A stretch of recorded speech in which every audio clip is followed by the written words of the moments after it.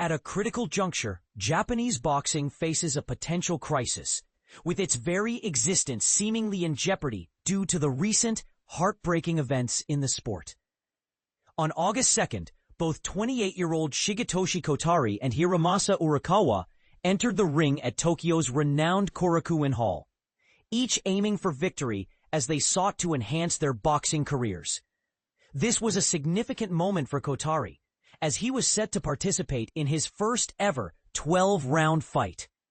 While Urakawa was eager to bounce back from a narrowly lost decision competing in a scheduled 8-round bout, the stakes were high, as defeat can be disheartening for any professional fighter determined to feel invincible when stepping into the ring.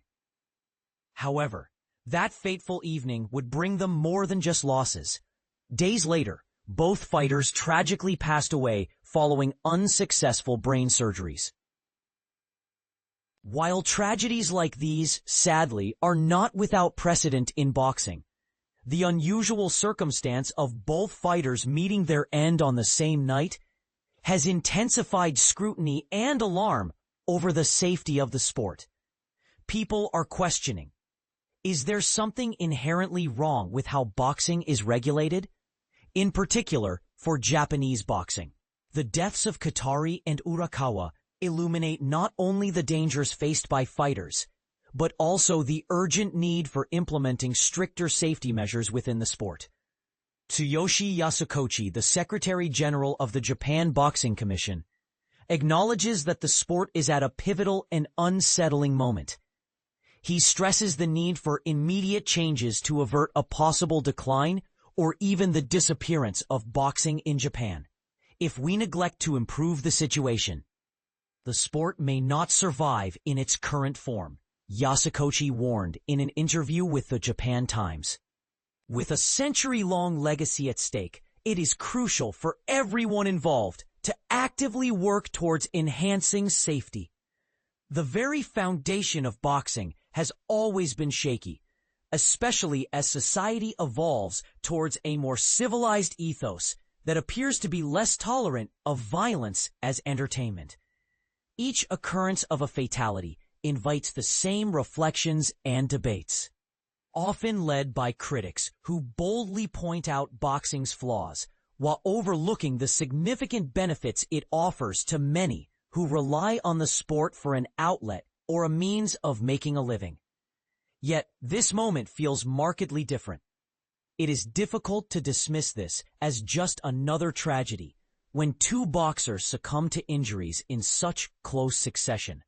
On that night in Tokyo, 16% of the competing fighters tragically lost their lives after the matches, an alarming statistic that resonates deeply.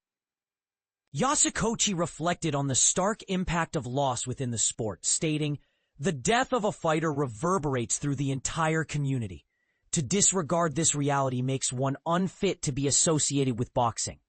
While some may call this a dangerous sport where unfortunate events are inevitable, Yasukochi emphasizes that complacency is unacceptable.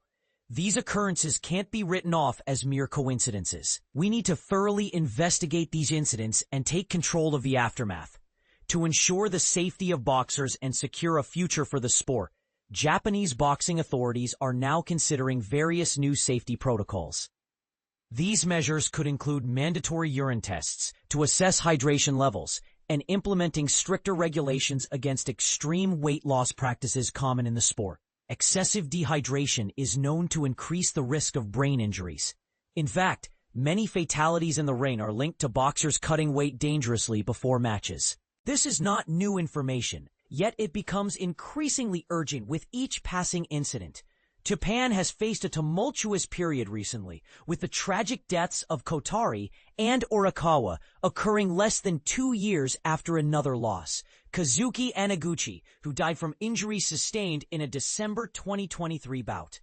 Just earlier this year, the situation escalated when Genjiro Shigeoka, a promising 25-year-old, collapsed post-fight in Osaka, leading to serious brain surgery. Though he remains in a coma, he is thankfully no longer in critical condition.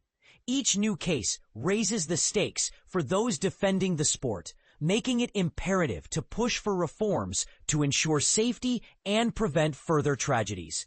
Yasukochi expresses a collective urgency, stating that everyone involved feels a strong commitment to implement change in light of recent events. He plans to reveal proposed safety improvements in September, demonstrating a clear intent to act quickly. However, one must ponder whether any preventive measures can genuinely shield individuals, so eager to risk their well-being for fleeting glory. After all, the reality remains that witnessing tragedy in a boxing ring might be a sobering experience. Yet it is the understanding that this latest tragedy invoking a reevaluation of the sport's ethics and safety may not be the last that lingers with us all. As we reflect on these developments, what do you think? Can the inherent dangers of boxing ever be fully mitigated? Or is the thrill of competition too deeply entwined with the risks involved? Share your thoughts below.